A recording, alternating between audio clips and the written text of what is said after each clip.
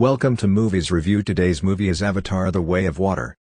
More than 10 years after the occasions of the principal film, the film starts with Jake Sully portraying his unobtrusive and quiet life as head of the Omaticaya group and raising a family with his significant other Neytiri, which incorporates his children Neteyam and Lok and his little girl Tuk, his embraced little girl Kiri, brought into the world from Elegance Augustine's sluggish Na'vi symbol, and a human kid named Bug, the child of Miles Quaritch, who was brought into the world on Pandora yet couldn't be shipped to Earth in cryostasis. While Jake can acknowledge Bug as a took-on child, Neytiri is suspicious of him given his human beginnings. Notwithstanding, every one of the kids blend and mingle well with one another, including Insect, whom Kiri is loving with despite the fact that he is a human. Insect doesn't embrace his human legacy and feels more lean to Na'vi culture and customs. They have a typical existence until one day they notice a weird star in the night sky.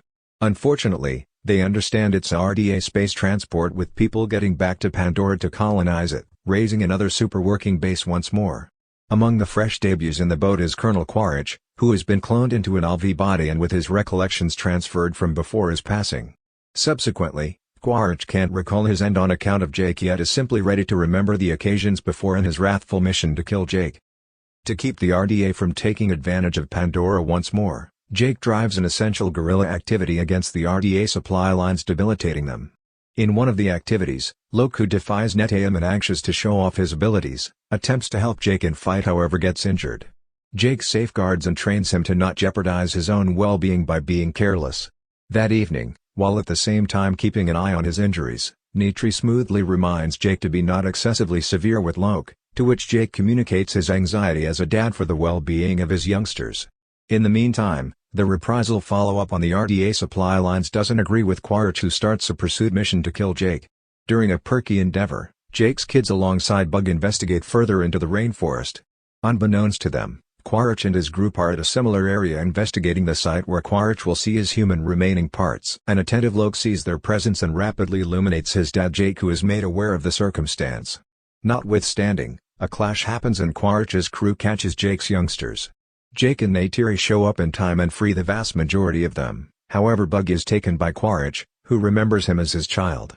On board the boat, the RDA attempts to coercively remove data about Jake from Insect, who will not give. Evolving methodology, Quaritch tends to Bug as his child and furthermore to make sense of more about the Na'vi in return for his opportunity on his side. In spite of the fact that unhelpful and uninformed about Quaritch's real mission, Bug shows Quaritch Na'vi culture. Quaritch is additionally effectively ready to tame an Ikran flying animal as his vehicle.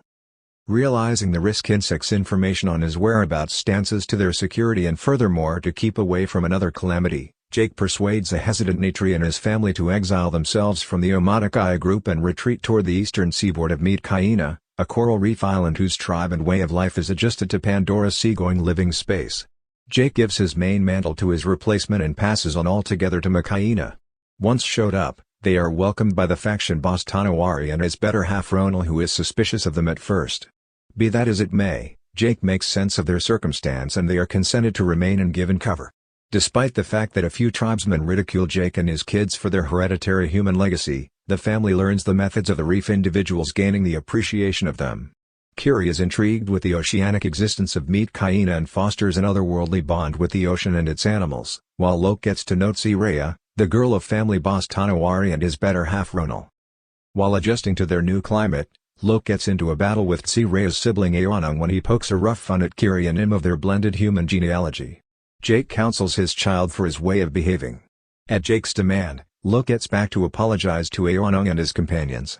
Notwithstanding, they captivate him to an excursion into the domain of a perilous ocean hunter and leave him abandoned as a vengeance. The ocean hunter attempts to go after Lok. Be that as it may, Lok is saved by and gets to know Payakan, a tulkun, a keen and pacifistic cetacean species whom the Meetkaina think about their profound family. Upon his revisitation of Meetkaina, boss Tanawari, who became mindful of Aonung's activities on Lok, requests that the previous apologize to Lok. In any case, Lok assumes the fault on himself, winning Aonung's companionship. He is likewise informed that Payakan is an untouchable among his species. In the interim, out traveling to a branch off of the Tree of Spirits, Kiri joins with it to meet her mom, however experiences a fierce seizure. She is mended by Ronal, however when Jake calls Norm Spellman and Max Patel for help, Quaritch can follow them to the archipelago where the reef individuals reside. Carrying Insect with him, He seized a whaling vessel which is hunting Tulkuns to gather their mind catalysts for making hostile to maturing cures. Quaritch starts to severely scrutinize the native clans about Jake's area, bombing that. He arranges the whaling team to wantonly kill the Tulkuns to draw Jake out. Lok intellectually connects with Payakan and discovers that the Tulkun was projected out on the grounds that he conflicted with the methods of his species and went after the whalers who killed his mom. At the point when the meat Kaina learn of the Tulkun butchers, Lok takes off to caution Payakan, trailed by his kin, Tsiray and Ayanung.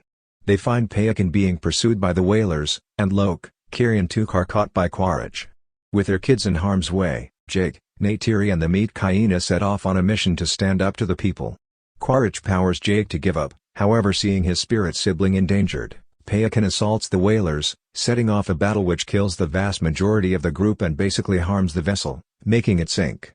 Netayam salvages Lok and Bug, yet is lethally shot. Jake faces Quaritch, who involves Kiri as a prisoner. At the point when Neytiri does likewise with Insect, Quaritch at first denies his child, yet stops when Neytiri cuts Bug on the chest. Jake, Quaritch, Neytiri and Tuk end up caught inside the sinking vessel. Jake chokes Quaritch into obviousness and is protected by Lok and Payakan, and Kiri brings ocean animals to help her save Neytiri and Tuk. Bug finds and safeguards Quaritch, however passes on him because of his remorselessness towards the Na'vi and putting his objective to kill Jake's family over being his dad and turning into a decent man, driving him back to rejoin Jake's loved ones. After Netayam's memorial service, Jake and his family choose to for all time stay with the meat Kaina.